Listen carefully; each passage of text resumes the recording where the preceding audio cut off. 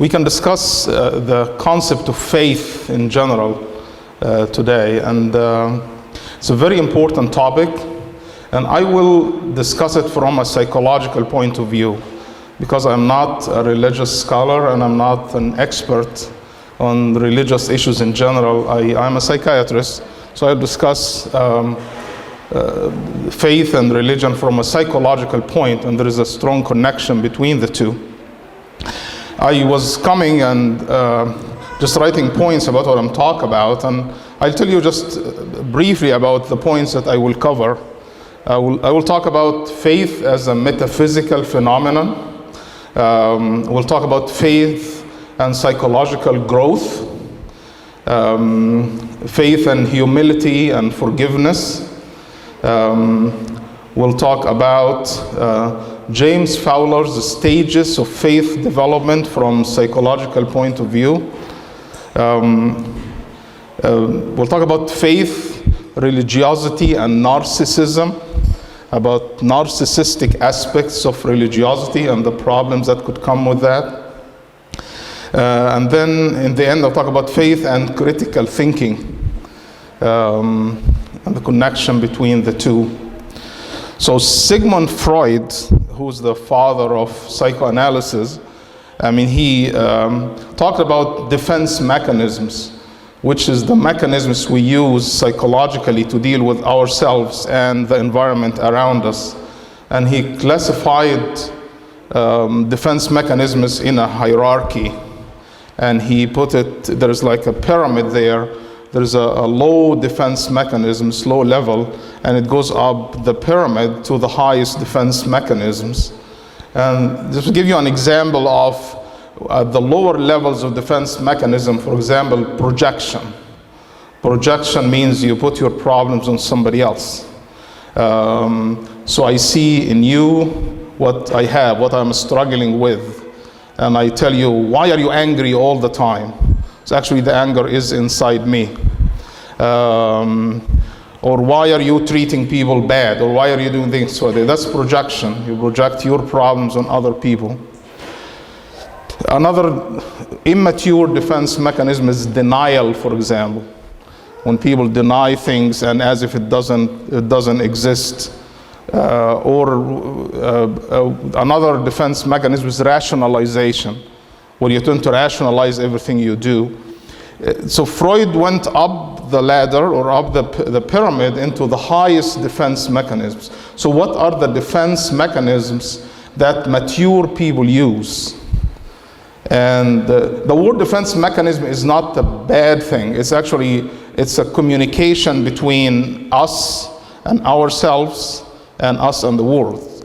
So the highest defense mechanism that Sigmund Freud put that mature people use are the following: altruism, al-ithar, asceticism, az-zuhd, suppression, القدرة على السيطرة على المشاعر, and humor, which is the sense of humor, or البشاشة والمرح وروح الفكاهة.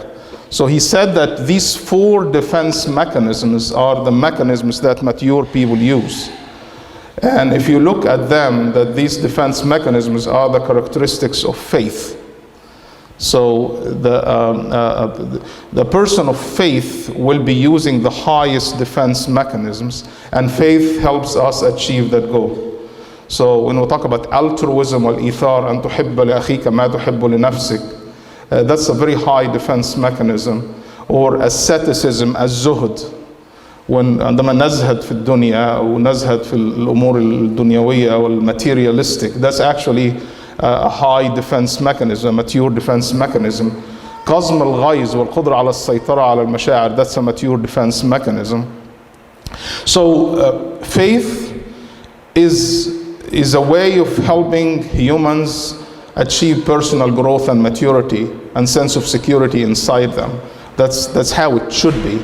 It's not like this all the time, because the interpretation of faith, interpretation of religiosity vary from one person to a person. And sometimes it can go also the wrong way, and religiosity can be used as itself as a defense mechanism that deals with some other insecurities in the human being. So James Fowler, and he put 8 stages of faith development. And he put it at how a human being, in his understanding of faith, there are so many stages of development of the human mind, the human personality, that all psychologists, and Anna Freud, who's the daughter of Sigmund Freud, talked about developmental lines. And developmental lines means we have different lines that we grow, we develop.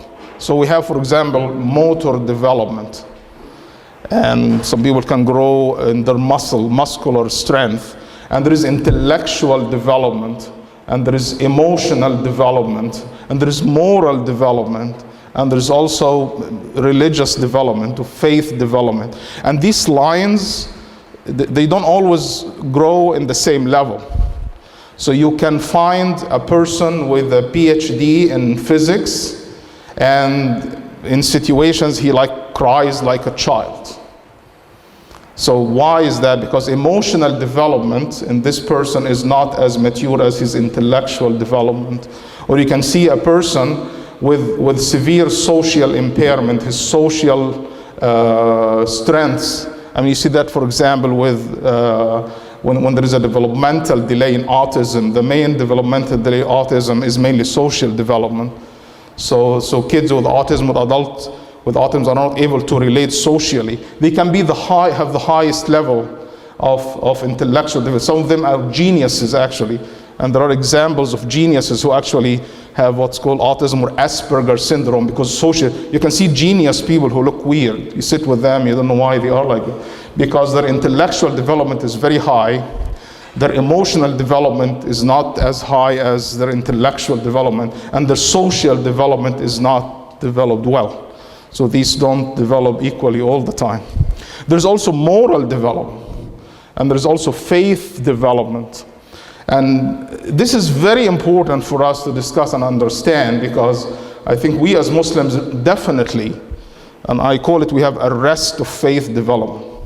And when I show you the stages of how a person develops in their faith, we'll find us arrested at the literal phase of faith development, and also this kind of conventional or ritualistic phase of faith development. And let me tell you first the stages, and you can look at them. Interestingly, the first stage he put is an undifferentiated phase, which is, we call I try to make it as Islamic as possible, which is phase al-fitra, that we're born with. So we're born with an undifferentiated phase, that phase al-fitra, and they go into the second phase. He called it the intuitive phase, by intuition. That's the second phase. And then the third phase, he called it the literal phase. Will you understand things literally? So when that's the problem we have, is literal interpretation of concepts of faith. Then the second phase, he called it the conventional phase, the ritualistic phase, where we pray, we fast, we do things, and that's what we do. That's what our faith means, or what religion means. There are more advanced phase of faith development. The phase after that, he called it the reflective or individuative faith, where you find meaning in things. And finding meaning in things is very important.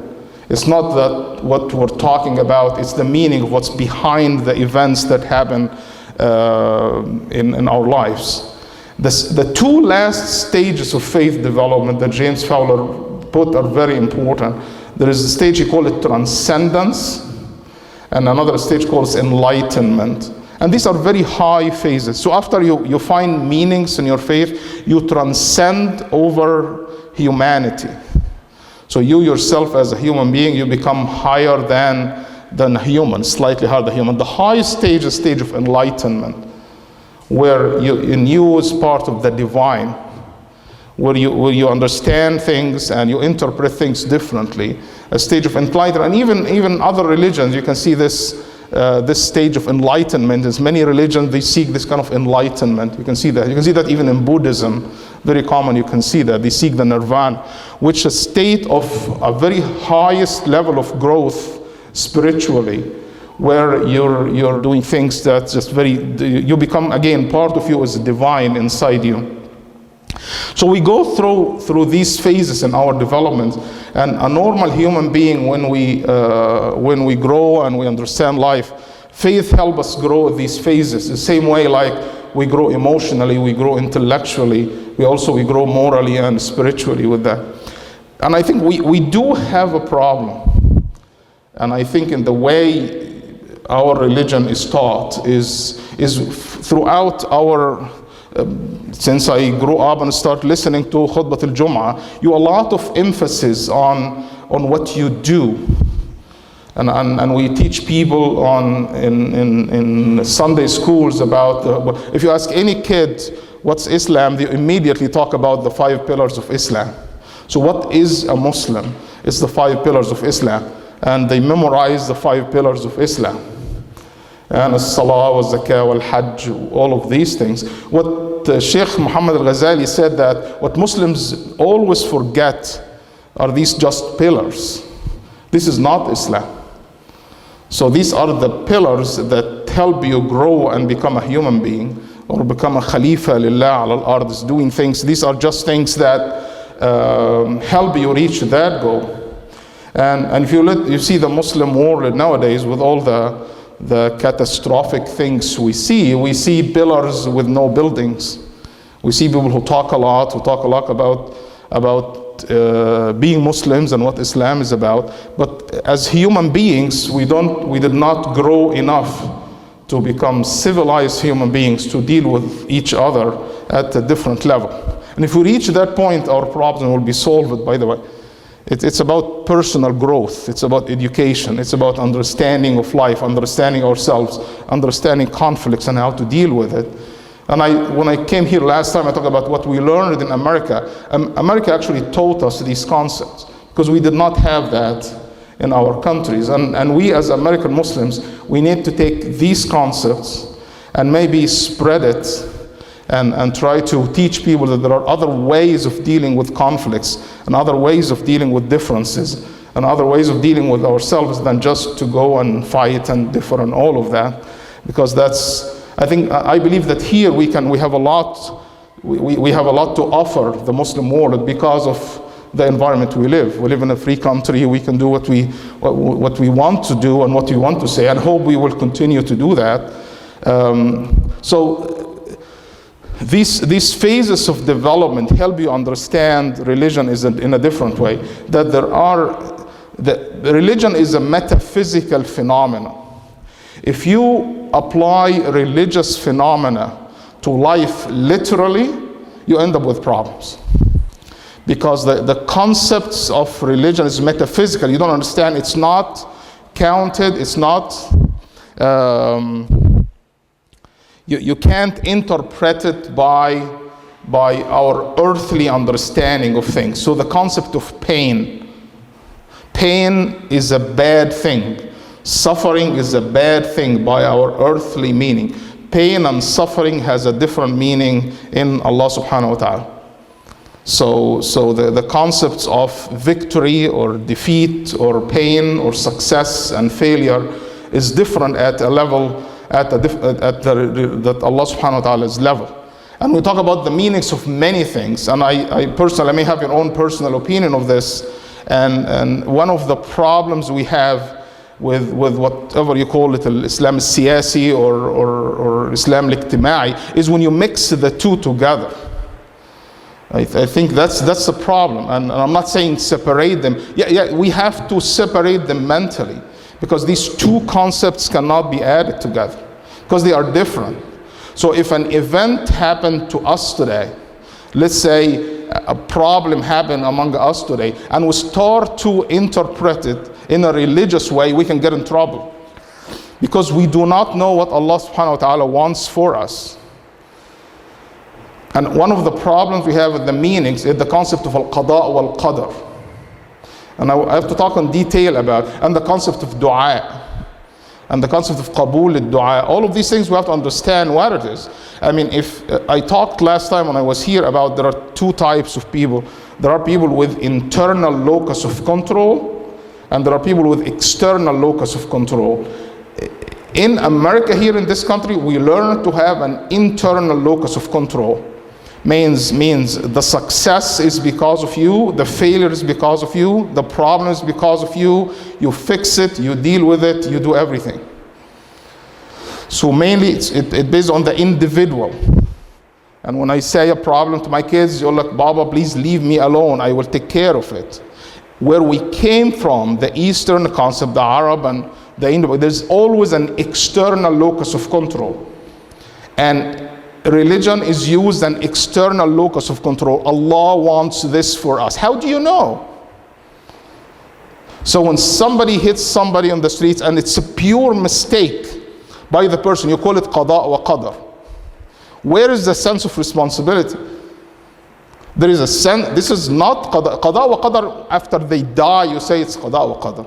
Qada wa qadar, you accept what is written on you. But before it happened, you cannot say it's qada wa qadr. If you're going to use qada wa qadr, and since you do not know what qada'ak is and what qadrak is, it's better not to talk about.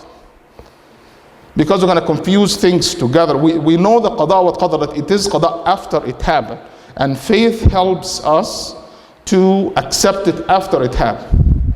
But after also, we understand that we have a sense of personal responsibility of what you do. So when you mix the two together, actually people write in their death certificates qada wa qadar. That's a joke. So yeah, everything is qada wa qadar. What do you mean by that? So when you mix these things together, when you mix what is human, what is life, and what is religion, and I'm not saying separate religion. Religion is a very powerful tool for us to have personal growth and understand that we have a purpose on life and we are on a mission here to please Allah subhanahu wa ta'ala and to be Khalifa ala wajh al-ard, but we are in control. And the people who mix the two together, and you think that what I am doing now is what Allah wants us to do, how do you know? Let's deal with each other away from that. And that's when I talk about the iman and critical thinking. This is also a problem. I think we do have an issue. I mean, for example, the concept of dua. Yeah, people think that dua will bring a miracle to solve your problem. No, I don't think so. And Allah yataqabbal ad-dua. No, you will solve your problem. The dua will get you stronger. Allah may get it for you, may get it for you later. This is some sort of tawakkul that you're waiting for the angels to come with you with the solution for your problem. No, you are the one, and I tell my kids that you are the one who will solve your problems. Not Allah will solve your problems for you. If you understand it that way, that's what's called external locus of control. And that is one of my friends called it, we have not even external locus of control, we have an extraterrestrial locus of control. Somebody from Mars comes and does problems and have problem and cause problems for us. And interestingly, that when the statue of Jesus alayhi salam, there was a lightning and it burnt. What hit by lightning got burnt. Have you seen the videos on YouTube? صاعقة نزلت من السماء, right? وتمثال عيسى والكفار والكلام. And this is ridiculous. This is exactly how we think. It's a pure problem with the structure of the statue. Okay, what happened when the lightning hit the building in Mecca? It stopped the clock. Okay, what happened, when the wind hit the crane in Mecca? 80 people died. Did Allah prevent it from falling? Allah did not prevent it from falling. Is there a meaning for that? Yes, there is a meaning for that. But we interpret things in a way we wanted that Allah is on our side. And that's exactly what I call it narcissistic religiosity. Because you think you're right. And you think Allah is on your side and Allah does things for you. And when disasters happen to you, okay, it's a lesson for me and let's do it. And you don't understand that you are causing this to yourself. And I think the whole Muslim ummah now, unless they change, you go beyond this level and they understand the meaning of faith, we're going to be stuck with this. We're going to be stuck with making mistakes, finding meanings in the mistake the way we want it. Very narcissistic and very self-centered. Means we do the thing, we interpret it the way we want it, and we make another mistake and we interpret it the way they want it, and we choose whatever religious concept we want to add to it and make it nice and make us sleep well at night, and we know that we are religious people. We don't want to accept responsibility. And I think it's very important to separate, first to understand what's the real meaning of faith, and to separate life concepts and religious concepts, because sometimes they don't fit. These are separate things. And the meaning of religion is beyond our understanding and beyond our interpretation. So that means even death can be something good for you. But that does mean we all go and seek death. It doesn't mean that.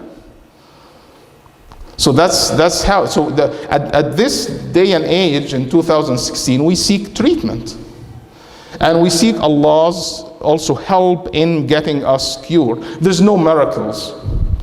There's no dua that will cure cancer. I'm telling you that.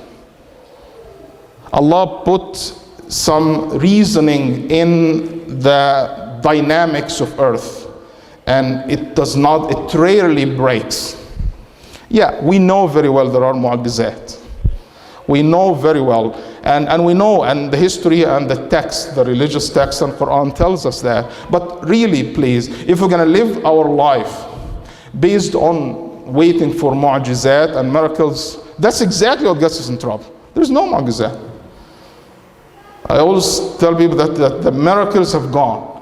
My son, who's in college now, only Baba, you Arabs are so interested in Cinderella stories in life.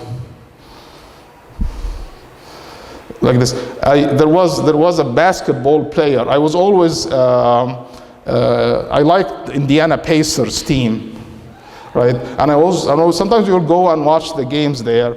Remind me with one of our teams, Al Mahalla in soccer. Just young team, very active, and I hope that they will do this. And I will tell him, Ahmed, Indiana Pacers will win the champion, the NBA this year. He told me, Baba, you always loved Cinderella stories. There's no Cinderella stories in NBA. Big teams will win. Although I maybe came back with him and I told him maybe the Warriors winning championship could be a semi-Cinderella story. They were not expected to win. But there are no Cinderella stories in life. I came from a culture that we love Cinderella stories. We love the kid who did miracle. We love the man who did this. We love the woman in Azerbaijan whose cancer was cured by dua. Really? You believe in that? And you see the Facebook is full of things like that. And the food that cures cancer, right? And the miraculous treatment that drug companies are hiding from you. And they don't want you to know, right? And Gihaz al-Kufta in Egypt that will cure the viruses.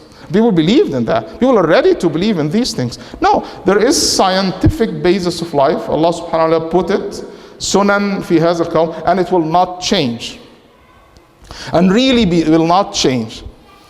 And I wrote on Facebook about mu'awwiqat al-aql al-arabi, about 5 points. Actually, I do videos on goodcast.com, and this is, you might want to watch it. And the next one is about the 5 points of mu'awwiqat al-aql al-arabi. What are the obstacles in front of the Arab? I mean, you can't say Arabic brain. You can't generalize. I don't mean to generalize, but there are general tendencies in the Arabic brains to function a certain way. And I put 5 points for that. And number one is this kind of belief in conspiracies behind our problems. Always might be a conspiracy behind the problem. We don't want to believe that we are the cause of our problems. Internally, I am the cause of my problem. And each one of you need to raise your kids in a way that you are the cause of your problem. Most of it, so you don't get upset. Right? It doesn't have to be all. Most of your problems are yours, not mine, not your neighbor, not your this, not the government, it's you. Right? And when we came here, I realized that the second obstacle in the Arabic brain, or we can call it the Muslim brain if you want to generalize, is the belief in khawariq al-adat and miracles. We have this tendency that, so inshallah, Allah subhanahu wa ta'ala will help us and solve the problem for us. And again, this tendency always everywhere. So there's something external, and religion is used as an external mechanism to solve your problem or find solutions for your problems that will not help in the end.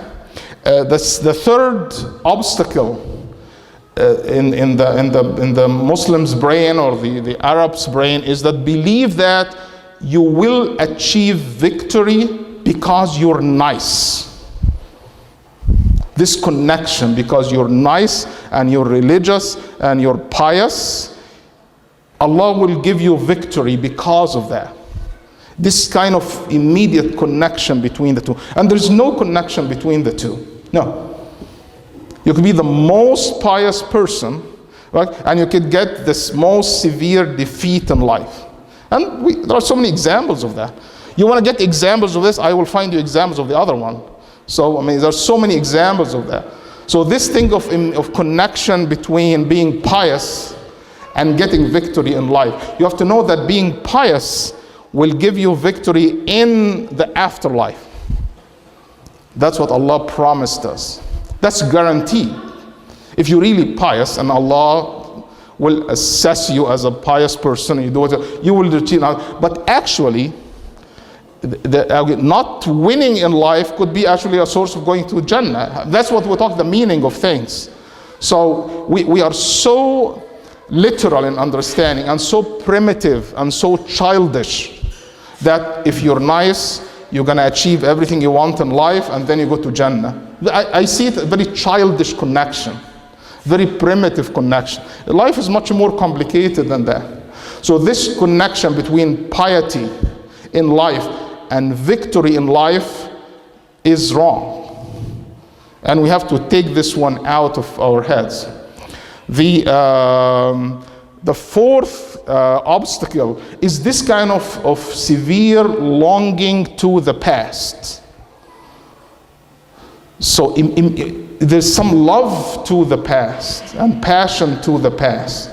And there's some fear of phobia from anything that's new. So if you say anything, new concept, new, you're like, oh, by the way, Ibn Taymiyyah said that. By the way, Ibn Hajar al-Asqalani said that. You have to relate it to somebody in the past to make it authentic. Like we don't have the capacity to think and create and synthesize ideas on our own. We think it's haram. It has to be Ibn Hajar al-Asqalani so it will be authentic.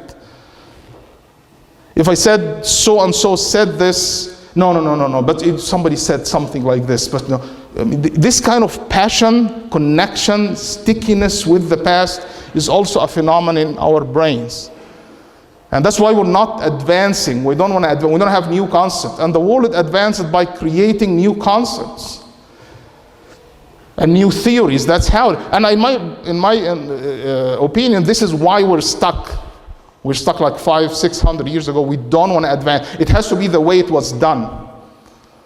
Like this. And we don't want to, and again, I call it very primitive, very childish, very literal interpretation of things. We don't want to interpret things keeping the general meaning of our religion and try to advance with new concepts, new mechanisms, new ways of dealing with things. And that's what we're lacking. And we don't have we need new reformers to do that. And you guys need to think about it differently. Otherwise, we're really going to be stuck. And if you're not going to do it here in America, nobody else will do it, by the way. That's how I see. Because that's where ideas come from. That's why in 10 years, the whole world of communication has changed in the world. By crazy idea from somebody sitting in a lab, two people trying to do master's degree, created something called Facebook, where I can have this lecture now all over the world for free. You don't have to pay anything. And we had a guest speaker in Dayton a few weeks ago, and he was saying that the whole concept of media has changed. That now you as human beings set the agenda.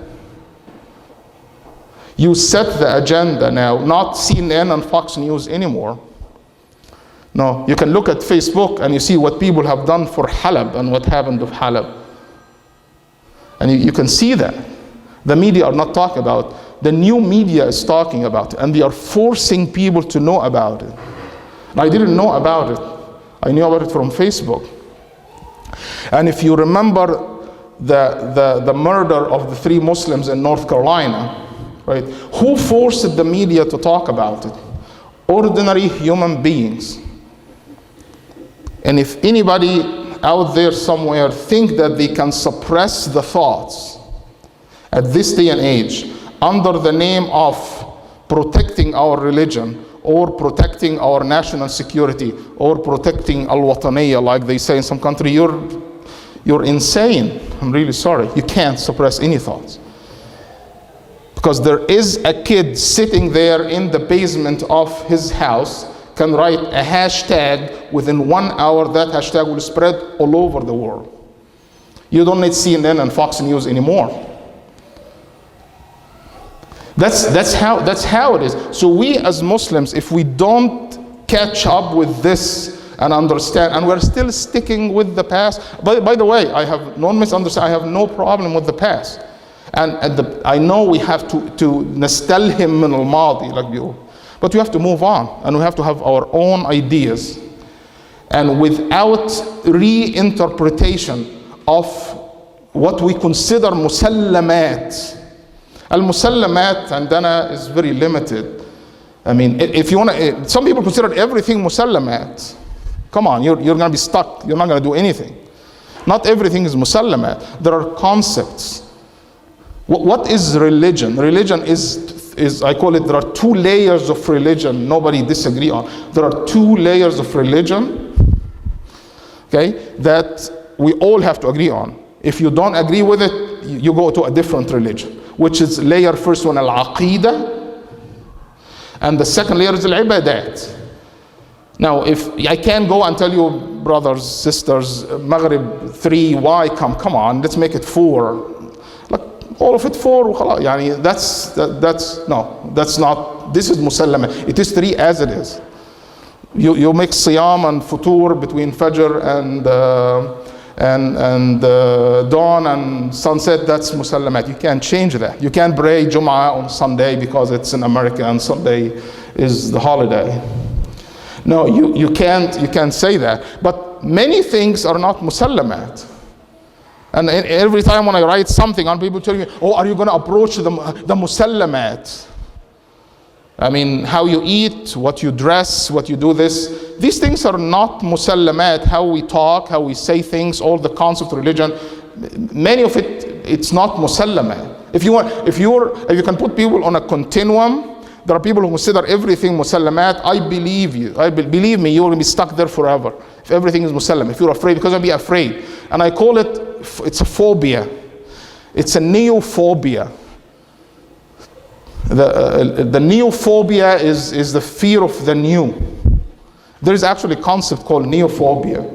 And there's another concept called like xenophobia, fear of strangers, or fear of strange animals. There are animals, they do it in rats. They put rats and they have genetically modified rats that they work on dopamine in the brain. And the feature they study with them is what's called novelty seeking. Novelty seeking behavior. The ability to seek new concepts, new location. So they get the rat and they have knockout mice that they take the dopamine, some of the dopamine genes out from their brain. And then another genetically modified rat that has that gene. And you see that the rat that has the gene, you put him in the maze or in a place, they keep looking around. They keep looking around, looking for new, what is going over there, what's going over there. You see that in kids sometimes. They call it novelty seeking. And you take the gene out, the rats will sit there, you give them the food they will eat. If it's far away, they will be afraid to go to seek it. So this novelty seeking is lacking. And what is it? We're afraid because it's haram, brother. And the haram and the halal issue we have to talk about. Everything new is haram. Allah did not ask for it. And we go back to the third and fourth, or the fourth and fifth stage of development, which is the literalism and the ritualistic religion. That's where we're stuck. If you go beyond there, you're going to find meanings, wider meanings in things. So these things are very important. What's the fifth point? I call it obstacle in the Arabic or the Muslim brain, is what we talk about, is literalism and inability to synthesize new ideas from old ideas. So we have belief in miracles, okay? We have belief in conspiracies, okay? We have belief that piety leads to success, some magic connection, this kind of magical thinking. If you do this, this will happen. If you don't do this, this will happen. Okay? And you have this kind of passion to the past and fear of the future, fear of the new. And then you have this kind of literal interpretation of concepts with difficulty creating or synthesizing new ideas. And if we're able to synthesize new ideas, a lot of our problems, and I don't want to go deeper into that, but there are so many disasters that happen because of that, because you're stuck. You don't want to move. You don't have this kind of novelty seeking. As long as Allah subhanahu wa ta'ala give us a room for movement. And by the way, Allah subhanahu wa ta'ala give us a wider room for movement that we're not willing, we're afraid, we're not able to move through this room that Allah gave us to advance. And by the way, when Muslims were able to use that room to move and advance, they did very well. And last time when I was here, I let one of you read Carly Fiorina's speech in September 2001 about Muslim civilization. You can find it on video and what she said about that. And that's exactly what we were. We flourished by new ideas.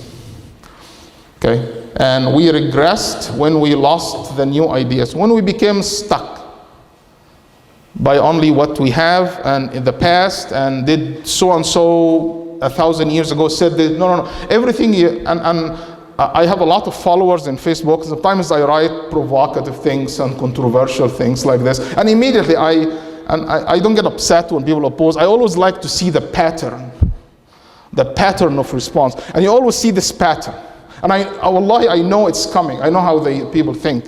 And I know exactly what he said. But have you heard this hadith, brother? But this hadith exactly is against what you're saying. That's what you say. And I'm not talking about doing a different types of prayer. I'm talking about concepts in life. Concepts in life. That I wrote one time that there is no dua that will directly cure your illness. There is no direct connection. The dua can improve your strength. You can ask Allah subhanahu wa ta'ala to help you find the right doctor. You can help Allah subhanahu wa ta'ala to help your doctor find the right treatment for you. But there's no direct connection between your dua and the cure of your illness. Allah will not bring angels to kill the virus that you have or suppress the tumor that you have. It's not going to happen. If this magical connection somebody has between dua and cure, we have a problem. It's not direct connection. There is a connection, but the connection is metaphysical. It is not physical. So when the Jesus statue burnt completely is because the material there was flammable and they did not have the anti-lightning rods there that prevent the lightning from hitting it. When they built the building in Mecca, they built it with those lightning rods, so it did not affect the building, it did not burn, but it affected the clock and it stopped the clock. The fact that the building was in Mecca did not mean anything. Allah did not put sunan everywhere except Mecca. The same sunan, the same rules, the same physics that apply in Mecca apply in Dayton, Ohio, apply in London, England. Okay, now, does Allah have power over us? Yes. Does Allah see things in life that we do not see? Yes. Are there meanings behind and beyond our interpretation? Yes.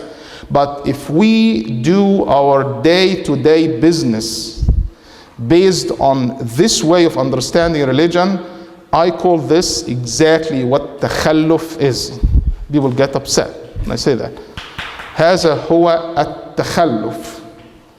That you apply your daily business based on your religious interpretation of everything. ده تخلف. It has ليس عيب الدين. يقول لك brother هذا ليس عيب الدين brother. And this is also another thing. الكلمة الشهيرة, always people like that. Brother, this is not the problem of the deen, brother. This is our problem, brother. Who said? Did I say anything else?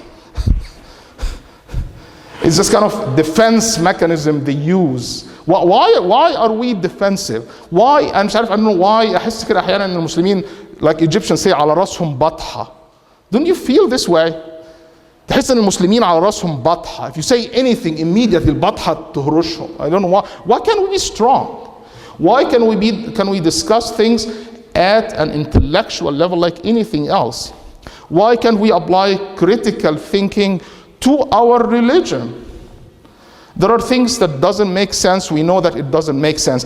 However, we have to develop absolute humility that we as human beings cannot reach God's knowledge. We know that. And that's how we are different. So we know after doing everything that God's knowledge is above all of us. And maybe Allah katab alayna shay that we don't know what it is. But it is absolutely religious narcissism if you think that your behavior, because you're a good person, because بتقوم الليل every day, that Allah will give you an advantage over other people. He may.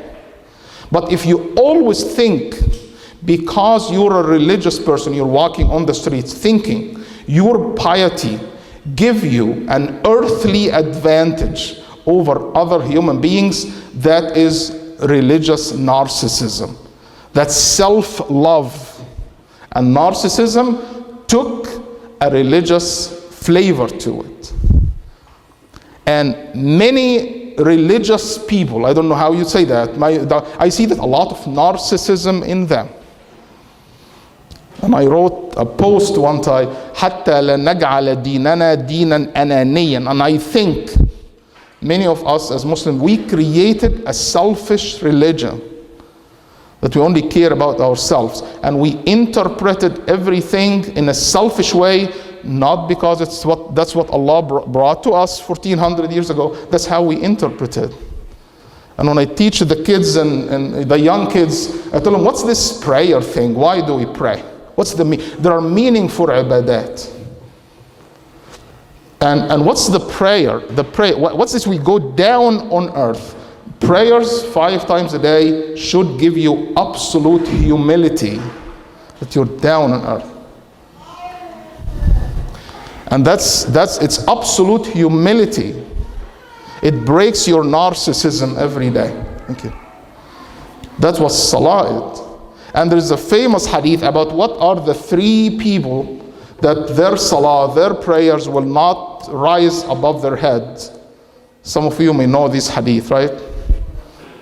That there are 3 people, the salah will not rise above their head, their thawab of salah. And interestingly, that those 3 people, did not do anything wrong with the salah act itself. You can look at this. So the three people that Rasul sallallahu alayhi wasallam said that Allah subhanahu wa ta'ala will not accept their prayers, they did everything right in the prayers. And they might have done it actually extra. These three people are Imam, Salla bin Nas, and people did not like him, did not want him to be Imam. So people who go and run and become, it's all about narcissism. Yeah, you don't go and pray Imam all the time when people don't want you to pray Imam. Okay, two people praying, they are fighting with each other, and they will pray and without talking to each other. Or a spouse at home prayed and slept, and her or his spouse was upset. So what spoils your prayers are things that has nothing to do with the ruku' and sujood. So it's not, brother, your salah is wrong because you put your hand here, you put your hand here, you said this, your leg, your foot. These things are right. But Rasul sallallahu alaihi wasallam said the three things that actually spoils your salah are all moral in nature. It's not physical in nature. That you could do things that spoil your salah, because the hadaf of salah is not the act. The hadaf of salah is there's a moral meaning for it. Right? And what are the things that spoil your siyam? And there's a hadith about that. There are people who just do not eat, do not drink, do this, but they spoil their siyam by their backbiting. It's another moral thing. And some people spoil their many religious acts by riyah. So the meanings of our ibadat are more important than the ibadat itself. You look in the books about mufsidat as-sawm, big list. And mufsidat as-salah, a big list.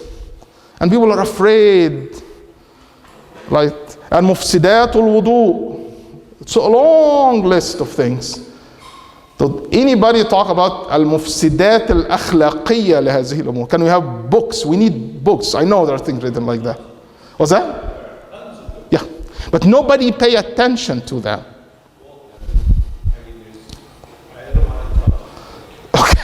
So that's the thing. What we need more, al-mufsidat al-akhlaqiyya lil-ibadah.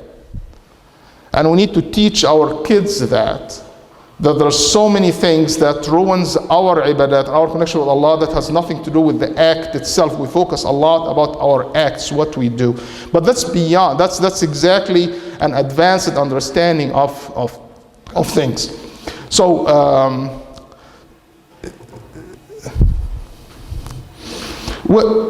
when I started to talk about, the first thing I said is that religion helps us with personal growth. And that's how it is. And one time I asked one of my friends, which one is more difficult, Qiyam al-Layl or forgiving somebody who's made dhulm to you, somebody who's transgressed against you? So which one is more difficult for you? Al-Afwu amman zalamak, al-Af, forgiveness, or Qiyam al-Layl? And I think Qiyam al-Layl is much easier. Yeah. Qiyam al-Layl is much easier than al-Af. لأن العفو عن somebody ظالم كلام that's a tough thing. So it's another meaning of things is that this kind of personal growth to reach a point where you're able to forgive. And by the way, forgiveness, when we do psychotherapy, the essence of psychotherapy, when you do psychoanalysis for years and do psychotherapy for years, the essence of psychotherapy and psychoanalysis is the ability to let go. I tell the kids always, forgive your parents and move on. The inability to forgive is a huge problem. If we keep things inside and we're not able to let go. And a lot of our problems coming from that. And the people who have the ability to let go and don't have anything inside them, any negative feelings inside them, Faith helps us develop that. And that goes with the self-confidence, by the way. And we always, when we talk about self-confidence, we always, people think that the self-confident person is an arrogant person. No. Self-confidence and arrogance are actually the opposite. Arrogant people on the surface are very narcissistic people because they are inferior from inside. They have a sense of insecurity inside them. And the people who are accepting yourselves, and I always have problem that a lot of my patients will come to me, huge problem with accepting who they are. And that's a key to success and key to psychological stability, to accept yourself for who you are. And what I call kun ant, be yourself, not the ideal person that we have, not showing who you want people to see you. And the Donald Winnicott, he's a famous psychoanalyst, he gave the concept of false self and true self. So I talk to you now by my false self. My true self is inside me. And each of us, we talk to each other by our false self. It's not the true self. The true self is inside us. And the gap between the true self and the false self varies from one person to another. And insecure people, you're going to find a false self that's here and a true self that's way far away. And we all talk with each other by our false selves, not by our true selves. And our true selves come out at certain situations. And if you deal with a person for a long time, you see people who always talk about idealism. And we deal with them and you know them well. Behind the scenes, you see a different person. That's not what you're talking about. Faith helps us accept ourselves for who we are and gets our true self close to our false self. So you don't need too much beautification. You don't need it. Not because you are a perfect person, but because you accept yourself for who you are. You know, some people do not accept themselves, and they all need layers and layers and layers of psychological makeup. There is actually physical makeup that we put on our faces, and there is psychological makeup that we also put on our faces. And some people require layers and layers and layers of psychological makeup. They have to add to themselves. So you're dealing with a person that's not real. You're dealing with layers of makeup. And sometimes religion is used in that way. That thick layer of makeup is actually a religious layer. So religion itself can be used as a defense mechanism. Yes, religion is a concept that can be used in any way. It can be used right way, wrong way, and there are problems with the world because of that. Any religion.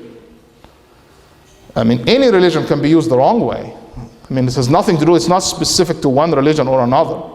Disasters were made in the name of Christianity. Disasters were made in the name of Buddhism, Hinduism. Muslims have done disasters to each other. Every religion people have used it in a way, in a narcissistic way. It's using religion in a narcissistic way, so you extend your narcissism, your personal, your self-love, okay, and you give it a religious flavor, and you become a pious person, what it is. True religion make people humble. True religion make people able to forgive. True religion make people able to let go. True religion helps people transcend and reach a point of transcendence that they themselves are not important anymore. Their physical existence is not important anymore. And by the way, that narcissism can go from a person and extend it to a group. So me and the likes of me become the good people, and you and the likes of you become the bad people. So the psychological splitting. It's all narcissism. All religious problems come from narcissism. Terrorism is a case of malignant narcissism, where I love myself too much and I hate you too much. I separate the two. I am willing to kill myself or kill you or kill both of us. So I will kill you to purify you. That's the concept of terrorism. I'm doing you a favor by killing you, or I kill myself. So there is a malignant narcissism in terrorism. There is a malignant narcissism in killing in general, because you love yourself too much. You dehumanize the person in front of you, and you kill them, and you feel good about killing them. All these concepts, and whether you use it in the name of religion, or a name of honor, or a name of morals, or a name of anything. But Allah subhanahu wa ta'ala put rules for these things, and the society have put rules for these things. And people can apply these rules the wrong way. So true religion helps us grow and mature, and really the ability to forgive, the ability to let go of our evil thoughts and evil emotions that we have. And when I always tell people that people infiltrate us a lot, and there are good and bad people everywhere, and when you find yourself very affected by everybody around you, and everybody around you is infiltrating you, be careful with your holes in your personality. That's the problem. The problem is not the bad people, holes in your personality that people infiltrate you and affect you all the time. And you need to tighten these holes and make it smaller so people don't get into you. Like Eleanor Roosevelt said that nobody destroyed your self-esteem without your permission. The famous quote. So we let people destroy us. If we are strong, if we're really strong, number one, and strength varies from person to person, but most importantly, accept ourselves for who we are, and accept ourselves with our weaknesses before our strengths, we will not be affected by people too much. People will not infiltrate us too much. So that's how faith affect us. And one of the most beautiful ayah that, and this surah I love to read, the surah, it emotionally touches you, the Surah Al-Hadid. Really very beautiful, especially the ayah that says, أَلَمْ يَأْنِ لِلَّذِينَ آمَنُوا أَن تَخْشَعَ قُلُوبُهُمْ لِذِكْرِ اللَّهِ وَمَا نَزَلَ مِنَ الْحَقِّ وَلَا يَكُونُوا كَالَّذِينَ أُوتُوا الْكِتَابَ مِنْ قَبْلُ فَطَالَ عَلَيْهِمُ الْأَمَدُ فَقَسَتْ قُلُوبُهُمْ. That Allah subhanahu wa ta'ala is warning us about this qaswat al-qalb. Like this, that we became far away from Allah subhanahu wa ta'ala. فَقَسَتْ قُلُوبُهُمْ وَكَثِيرٌ مِّنْهُمْ فَاسِقُونَ. And Allah is warning us as Muslims that we are doing exactly the same thing that other people have done in the previous nations. And interestingly, Allah immediately after this ayah, after warning us, immediately Allah says that faith can rejuvenate you. If you return to Allah subhanahu wa ta'ala, even if you have this qaswat al-qalb inside you, the inability to forgive, the inability to let go, Allah subhanahu wa ta'ala tell you, even if you reach that point, Allah says, اعلموا أن الله يحيي الأرض بعد موتها. Allah subhanahu wa ta'ala is capable of reviving the earth from the dead. You could actually rejuvenate yourself with your faith. And if you reach the point, and if you look at this ayah, the two ayahs are next to each other. After Allah subhanahu wa ta'ala warned us about qaswat al-qalb, and this kind of inability to let go, and how tough personalities sometimes we have, because we're away from Allah. Allah tells you that if you come back to me, okay, Allah subhanahu wa ta'ala qadir ala an yuhyi al-arda ba'da mawtiha. اعلموا أن الله يحيي الأرض بعد موتها. Dead person, or dead earth, Allah subhanahu wa ta'ala can revive it. So that's in the Quran, Allah tells us how to reach that point of personal growth, how to reach the point of understanding ourselves better, and how to reach the point of suppressing our narcissism. And in many ayahs in the Quran, Allah subhanahu wa ta'ala, وَمَنْ يُوقَ شُحَّ نَفْسِهِ فَأُولَٰئِكَ هُمُ الْمُفْلِحُونَ. شُحَّ النَّفْس, I don't know what they interpret it as شُحَّ الْبُخْل, but I think it has maybe have a bigger meaning. شُحَّ النَّفْس is narcissism. You love yourself too much. يبقى بخيل even with your emotions. وَمَنْ يُوقَ شُحَّ نَفْسِهِ, Islam just to suppress the kind of our self-love, who we are. And an inability to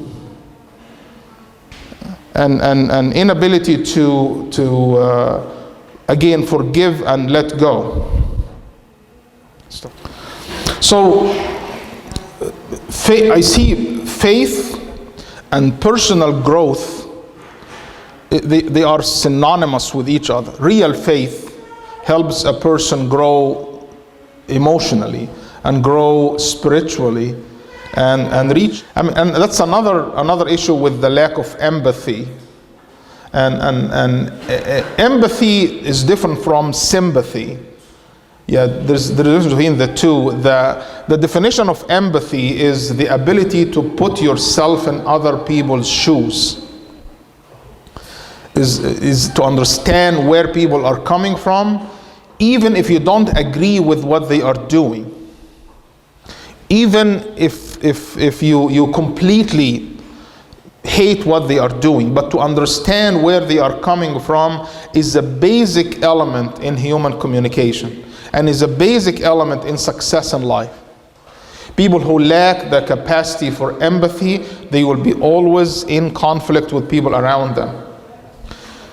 So you understand that seeing life, and that's also another issue with interpretation of religion, is seeing life dichotomously,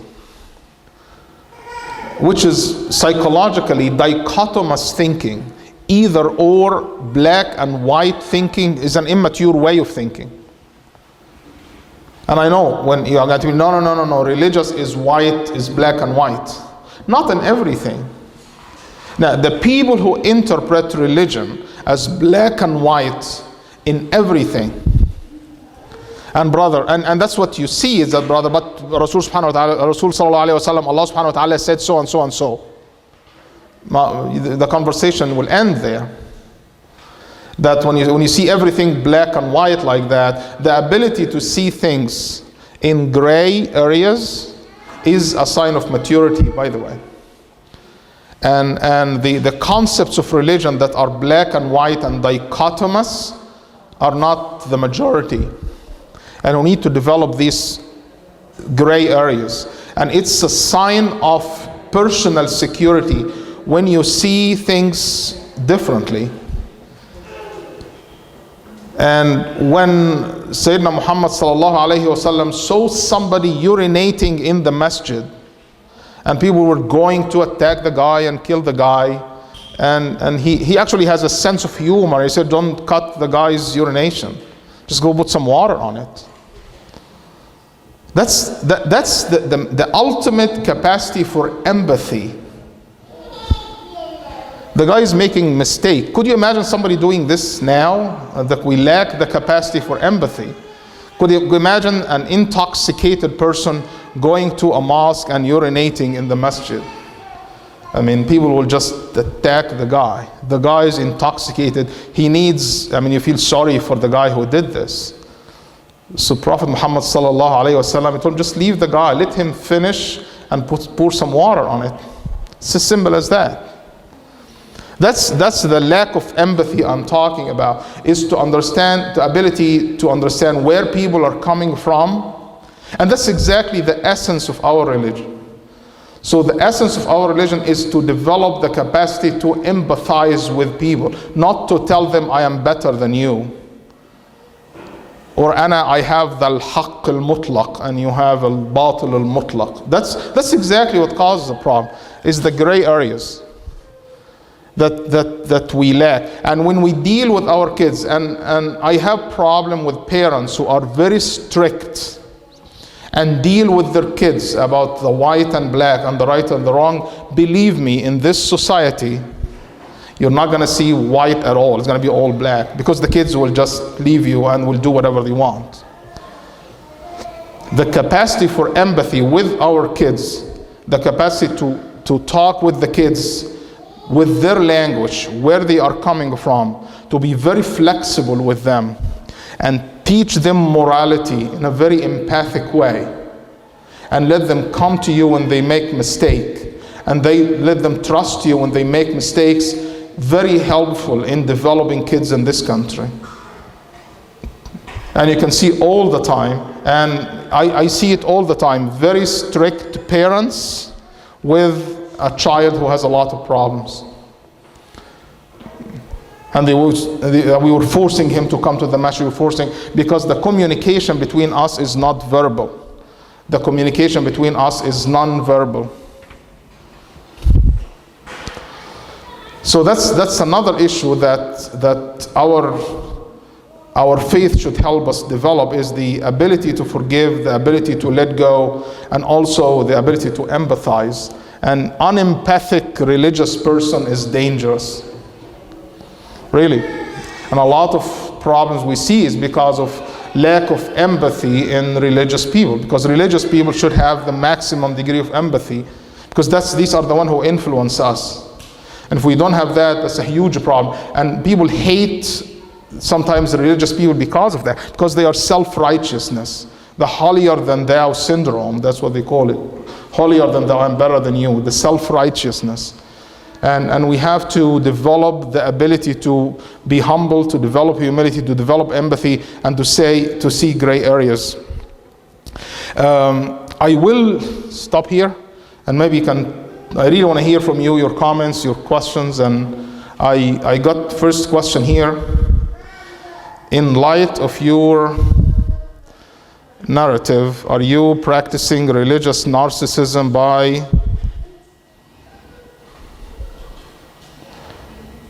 by wearing the crippled Arabic mentality?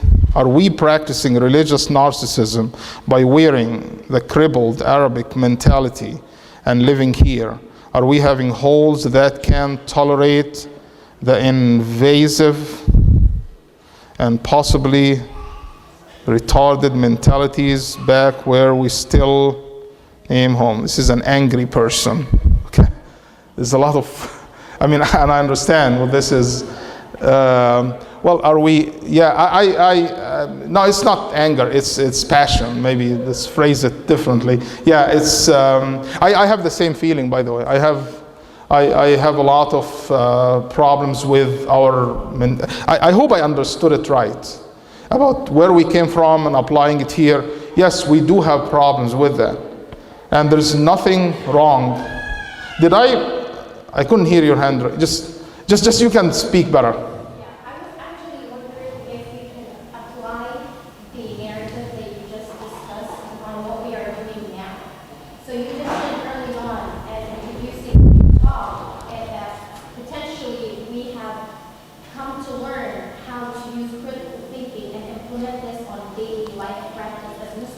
Yes. And we have come to an era where, as Muslims, we're learning how to think in the westernized countries as it used to be when the revolutionary industrialized revolution of Europe was learning from the enlightened Islamic ages.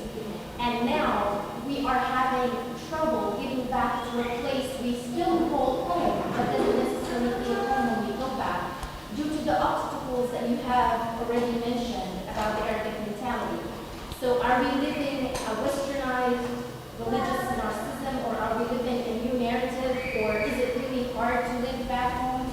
This seems to be a very crippling question that keeps coming on us as being the first generation coming into the westernized countries and right. Still practicing our lifestyle as Muslims. Yeah, I think the answer for that is we as Muslim Americans, we're still searching for our identity. I think that's what it is.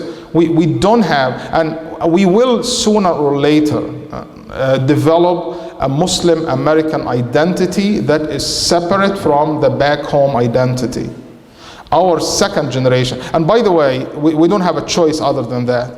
We do not have a choice. And I don't see, and I spoke a little bit last time about this, we as Muslim Americans need to develop a Muslim American identity that is separate from my Egyptian identity or Pakistani identity or Palestinian identity. I'm not going to give up my Egyptian roots. I'm not going to give up my Palestinian roots. I am very passionate about my family in Egypt and what's going on politically there and what's going on in Palestine, what's going on in India and Pakistan.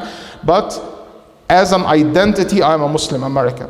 And about 10 years ago, I convinced myself that I have to adopt that identity and live with it, including the way of I talked about is critical thinking involving religious ideas. I do not believe in any khuza'balat anymore. Yes? There's a difference between religion and ritual. Ritual is just a small part that people do, but this is not the intent of what we said, what Allah wants us to do. So, for example, you mentioned the prayer, it's clear in the Siyam that the ultimate goal from Siyam is to achieve taqwa. And there's tons of books about the disease of the heart and, like most of the scholars. And that's why, our application of Islam does not mean that we're doing the right thing. So, when you mention the dua, I'll give you a great example. Is that the Prophet ﷺ in the Badr, he did three things. If you look at his sequence, first of all, he had the intelligence to tell him that the army of Mecca is moving. So it's not like waiting for the angel to come and tell him. No, he had the intelligence that he had that. Then he formulated a plan about how to find the war. He put them in line. And he gave them the speech about motivation. And after all that, he started making dua to Allah subhanahu wa ta'ala. And the same when the one companion came with a camel and he left it alone, the Prophet sallallahu alaihi wasallam, and that companion said, we have to die. When you ask a scholar about somebody who has a disease and refused to have treatment, this is in the Islamic rules, this is as if committing suicide, which is completely haram. Yes, you need to make dua, you have to make dua and you take Allah subhanahu wa ta'ala, but you have to take the steps to get what you need, whether this is, you want to study. So, I get it in some part of your speech that, religion, the way it's supposed to be like that, but sometimes it was kind of confusing to me. It was like, that's why I want to be sure. One thing also, another comment, you made, you saying that, you blame scholars when they start quoting famous people, like Ibn Taymiyyah, and you mentioned in the Hajar al-Asqalani. First of all, the knowledge is coming, over time, so we learn from each other over time. You start your speech by talking about Freud. Okay, you start by quoting somebody and following the steps of somebody and giving the lecture about it. And during your speech, you quote another two people, including Muslim. So, there's nothing wrong with our teaching when we quote people and we say that those people did something like that. But remember, there are a lot of people criticize Freud, by the way. There is plethora of scholars and scholarship that criticized Freud's theories, right? You cannot do that with religious scholars. You cannot, this is what it is. That's what I want to happen. You apply critical thinking. Yeah. There's like a group of scholars, they used to do ulama al-jarh wa ta'dil. Yes.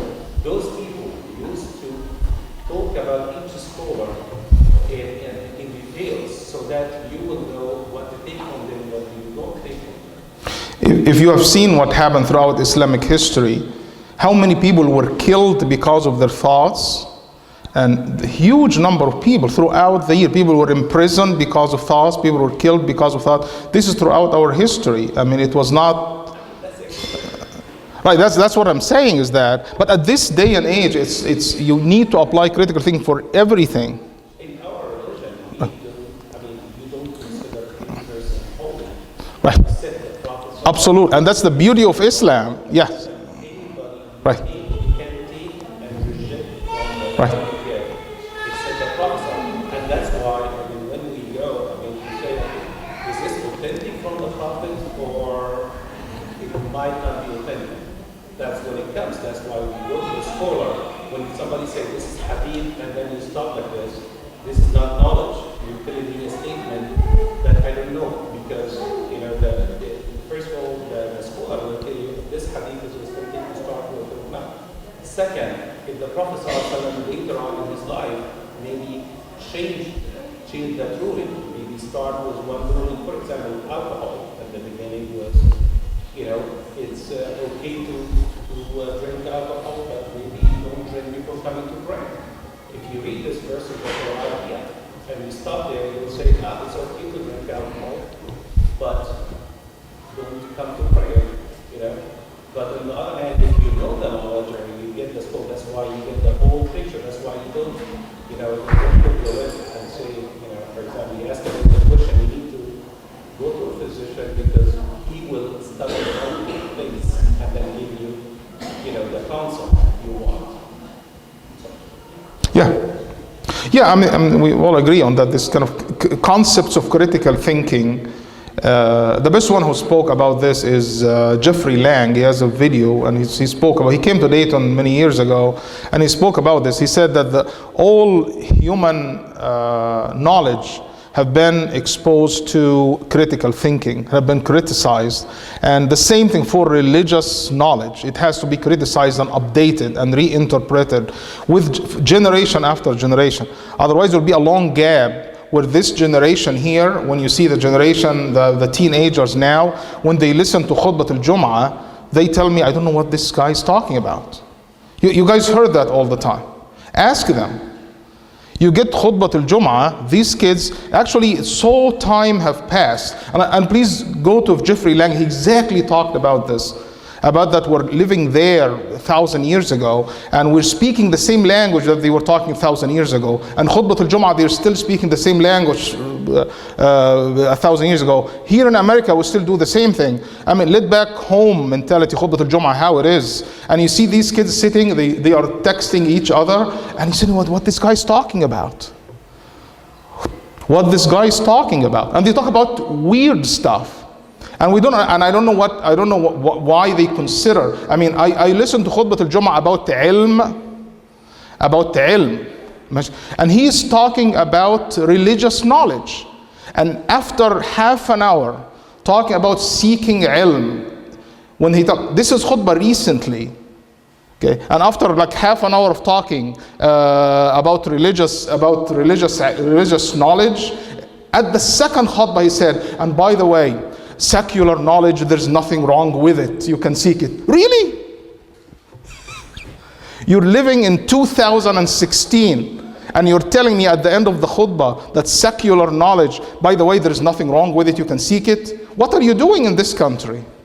Did you go to college or you studied, you made PhD in religious knowledge? What are you doing here? That's what, when I say that longing to the past, you see this kind of mentality all the time. And ask any kid after Khutbat al-Jum'ah, they will tell you, what are these people talking about? And we hear that all the time. So unless we reform our thought, and unless we reform our language, and our reform our way of talking to fit 2016 knowledge, the era of iPad and iPhone and Facebook and Twitter, we're not going to go anywhere. And that's how I see. Really, we need to understand our religion here now in 2016. And if we don't have people to do it, we need among ourselves to talk about it, and among ourselves to reform our thought and talk about it and continue to talk about it, and we can spread this way of thinking. I mean, if we, again, I said that, if we don't do it here in America, nobody else will do it. So I think we don't disagree, by the way, on this, but just we need to advance a little bit more and work on, and I want you to go to the next Khutbah al-Jum'ah and go and get samples of Khutbah al-Jum'ah here in America or anywhere in the Muslim world and see what people are talking about. And I hope somebody can have a study about that.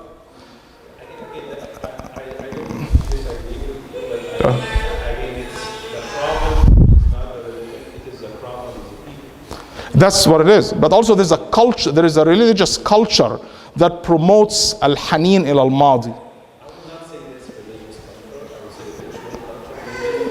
Well, what it's fine. Semantics, it's fine. Yeah, I know people are sensitive to certain words. Yes. What's that?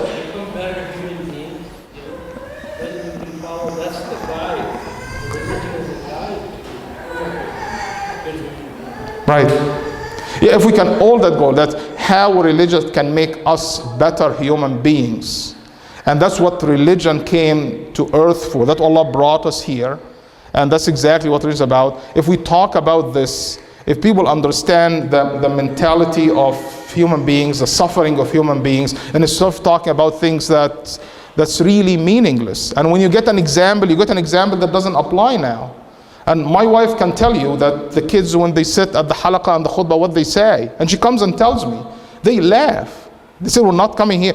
Kids told their parents, we're not going there anymore. What are this guy talking about? And these kids are not afraid to say their opinions, by the way. You know our kids very well. We're shying away, we're sensitive, we care about not making mistakes. These kids, they don't care. Really, they don't care. They will tell you up front, this is nonsense. And they will give you an example to confront you with your ideas that your ideas is wrong. And we have to find solutions for that. And I remember there was a conference one day, and this girl stood up in front of the sheikh or the khatib or the speaker, and she told him why Quran says a man can beat a woman and a woman cannot beat a man. A woman has the right to beat her husband, he makes something wrong. I mean, she stood and told him that. What are you talking about? I never thought about it for 40 years of my life. This idea never came to me in my mind. We heard it, we took it as it is. A young girl, a 16-year-old girl, took in front of Imam, the famous speaker, and she told him, listen, why the Quran say this, and why can't a woman correct her husband by beating him up if he is drunk? If he's making huge mistakes, why can't she beat him up? Why can't she correct him? And we have to find answers for that. These are the kids we're dealing with. So you don't tell me in front of these kids the war against the Romans because of the siwak. You know the famous story.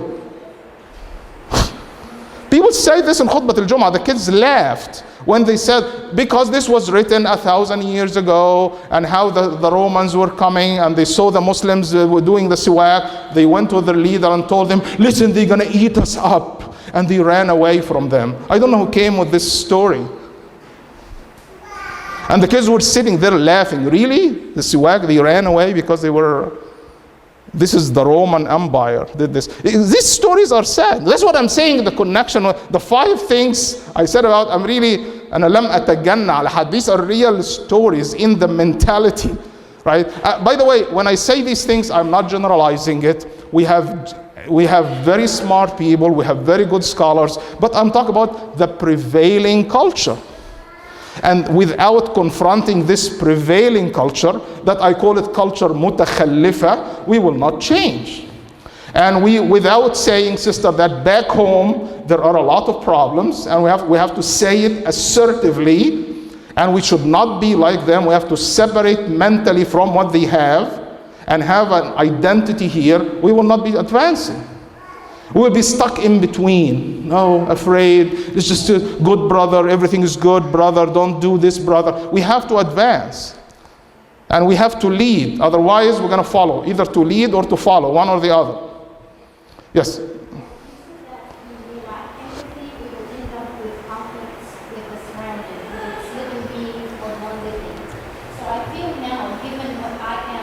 What I have learned so far, and even before that,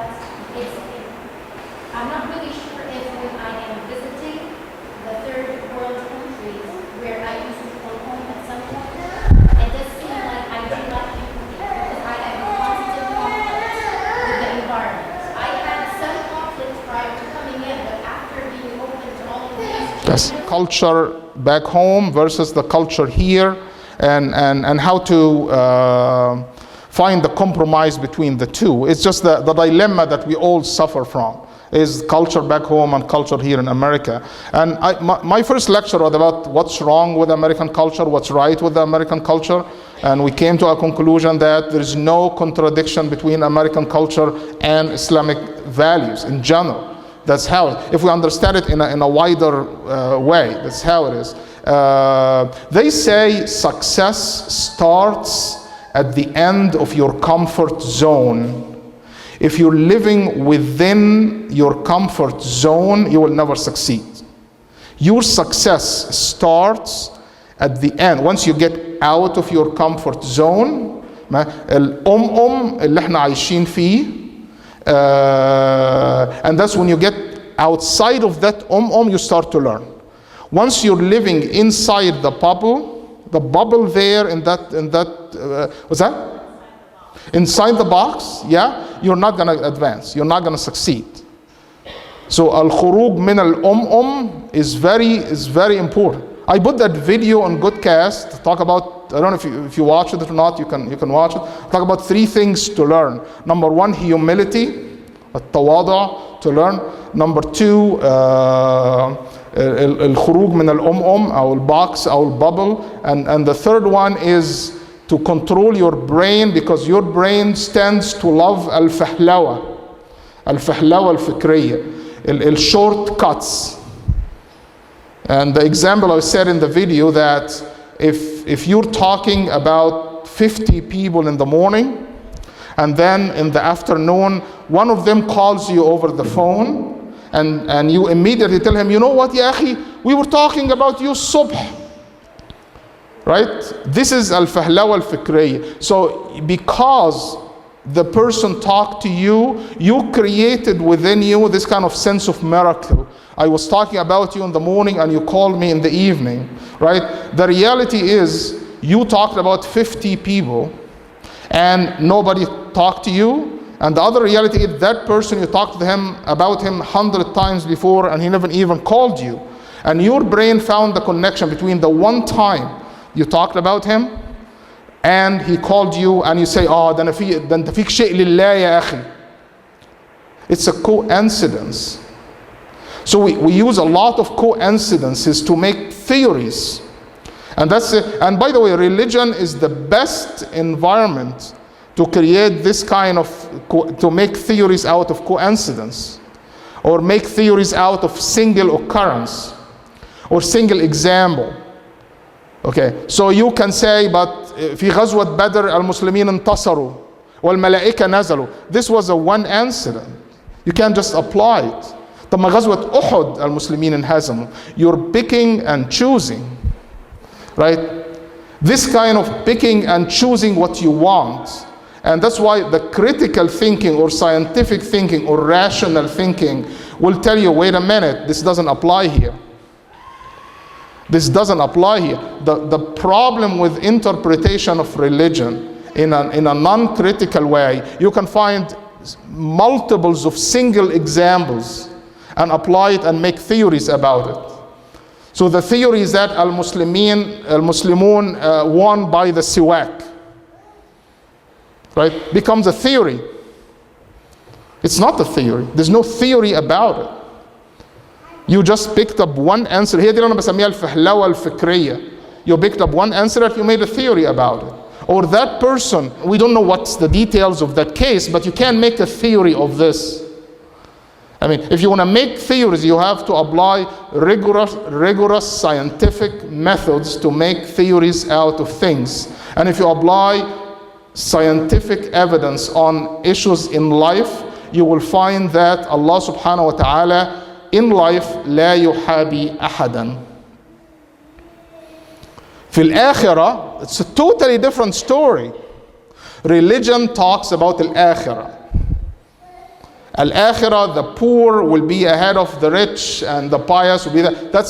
We're talking about life. That's why when people are talking, you have to separate al-akhirah and Allah's rules in al-akhirah from Allah's rules in life.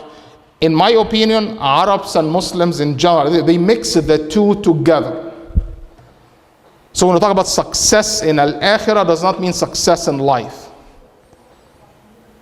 So when Allah said, فَأُولَٰئِكَ هُمُ الْمُفْلِحُونَ, okay, al-muflihun does not mean normally you'll be successful in treating their cancer. Cancer needs chemotherapy. Al-muflihun means al-muflihun fil akhirah, or al-muflihun in general in the eyes of Allah subhanahu wa ta'ala. So applying critical thinking to religious concepts is very important in this day and age. And if anybody is talking religion in this way, that's khuza'balatiyya, I no longer accept it. And all of us should no longer accept it. And that's, in my opinion, if we live in this day and age, if we live in this country, accepting these ways of thinking got people backward. Disaster happened. People made disastrous decisions based on these concepts. People died because of these concepts. People died because they think that Allah will yansurhum, Allah will not provide them with victory because they are pious. And that's what makes me angry. You kill people. People die because of this. Because you think you have this kind of irrational way of thinking about the meanings of religion. And we have to reinterpret our understanding of everything if we want to get better. Otherwise, we're going to be stuck. And we're lucky to be in this country. And religion can be a source of personal growth and advancement and success, and can also take you the wrong way. And throughout the Muslim history, our same religion took us this way one time when we were at the peak of our civilization, and took us left at other times. Same religion.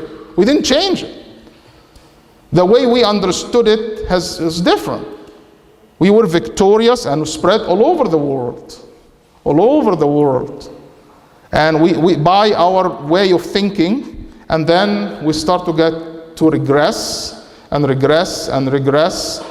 diminish religion into these kind of small acts like this, and we forgot the bigger picture, which is, but now it is time for us to reform our thinking about religion. That's my opinion.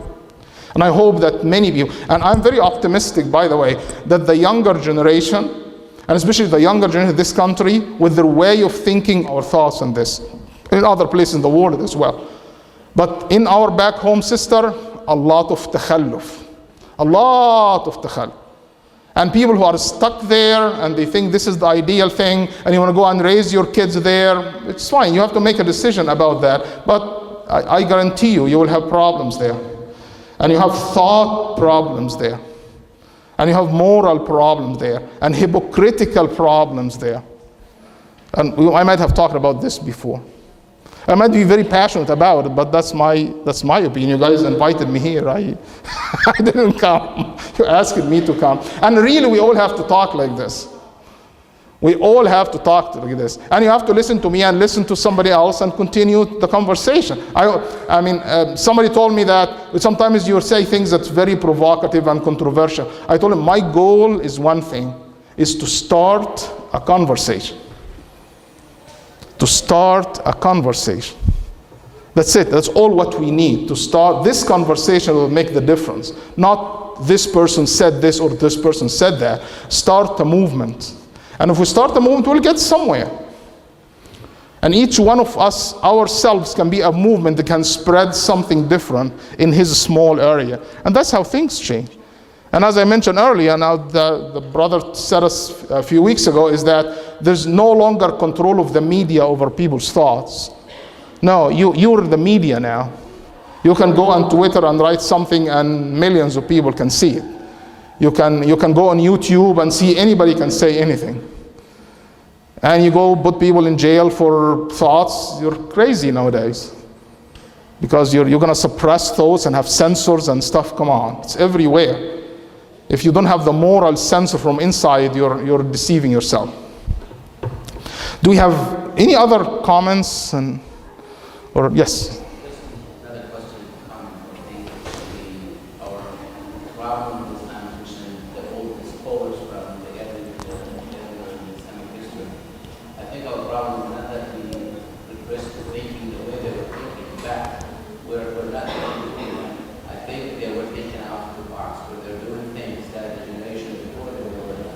Right. And that even starts from the time of the first Khulafa. I mean, the Quran was not collected in one Mus'haf at the time of the Prophet. If they would think the Prophet would have done it, they would not do that.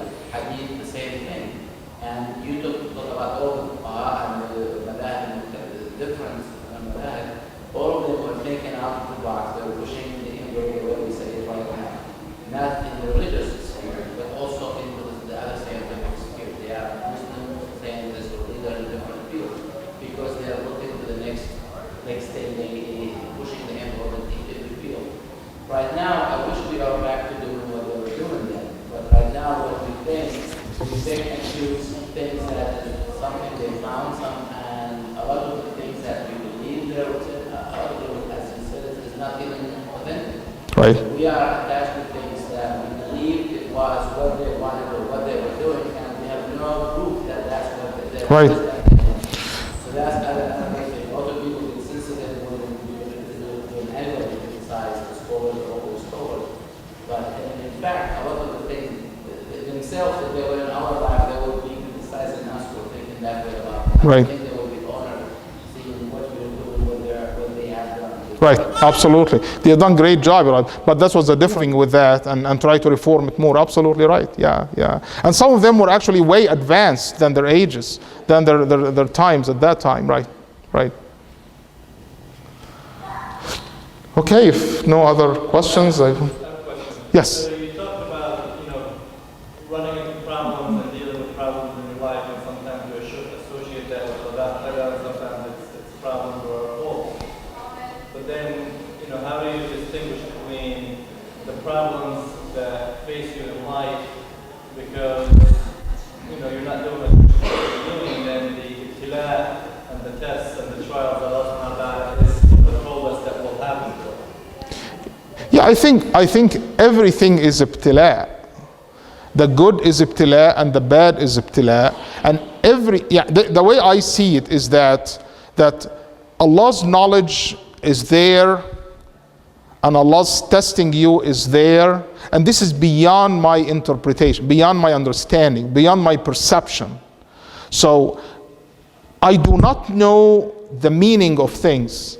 So if I had a car accident, it is ibtila, right? And I need to interpret it in a way that Allah means something to me. Maybe I am a reckless driver and I need to slow down. Maybe I have to stop texting. Maybe that the message Allah subhanahu wa ta'ala sent it to me with that accident. And I do not know what it is. But I interpret that by the way I want. And faith helps you try to find something good out of that. And that's the personal growth part. So the interpretation of what if success? What if you become so successful? That's also ibtila. That Allah will ask you, what are you going to do with it? So having faith inside you will change the meanings of things. Faith changes the perceptions. I mean, early in the lecture last time, I talked about the difference between sensation and perception in the brain. So the brain sees this as something circular, white, with something empty in the middle, and there's some fluid inside. This is actually my sensory areas in the brain. My association area of the brain tells me this is an empty cup of coffee that somebody drank from it. Somebody else with a distorted brain function may look at this and see this is a missile that came from Mars. Actually, some patients with schizophrenia who have problems with their association cortex can look at this and give you the weirdest explanation of what this is. So we as human beings vary even in our materialistic perception of things, depending on how our brain works. So when we talk about more sophisticated concepts, like ibtila, like success, like failure, like happiness, like misery, like these are very complicated concepts, right? And the meanings of it's way more advanced with human evolution. It has advanced. So the meaning of happiness varies from person to person. The meaning of sadness varies from person to person. Some people are afraid to be happy because they feel that something bad is going to happen. Some people don't like to be happy. Right? So even the simple perceptions of materials can vary from person to person. What about these sophisticated, complicated concepts that we have in our lives? It will vary from one person to another. I mean, that's what religion, being a metaphysical phenomenon, not even a physical phenomenon, it gets it more complicated. So how do you say about a Hindu woman, her husband dies, and she throws herself in the fire after him? See how powerful that can be. See how religion can be powerful? We're not discussing if this is right or wrong. We're discussing of this how religion, meaning of things can be powerful. In that culture, in the Hindu culture, I don't know if they are doing that or not, in the past, when they burn the husband, after death, the wife jumps in the fire to join her husband. And she's very content with that. You talk about perception, meaning of life and death. You can see that. So we're talking about very complicated situation. And the interpretation of things religiously vary from person to person. I personally see everything in life, including coming here and talking to you guys, and what I said, whether it's right or wrong, I am personally responsible for it. But I know very well, I have a feeling that Allah is watching me and will assess what I said. And I may get some message later on or not, I do not know. And I may correct myself, and I may reinterpret it, I may do something else like that. Right? Now, my interpretation of this event could be different from you, and you. We all will see it differently.